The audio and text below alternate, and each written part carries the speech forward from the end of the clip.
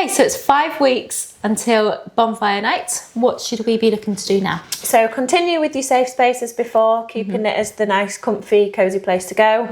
And then start introducing, if you don't already, some background noise. So having the radio on, having the TV on, a certain style of music that you're going to use, because if they've never been exposed to that before and there's something like, why is this noise on, just get them used to that in the background as well, and obviously you're still on your chews for the next 5 weeks as well. Fabulous.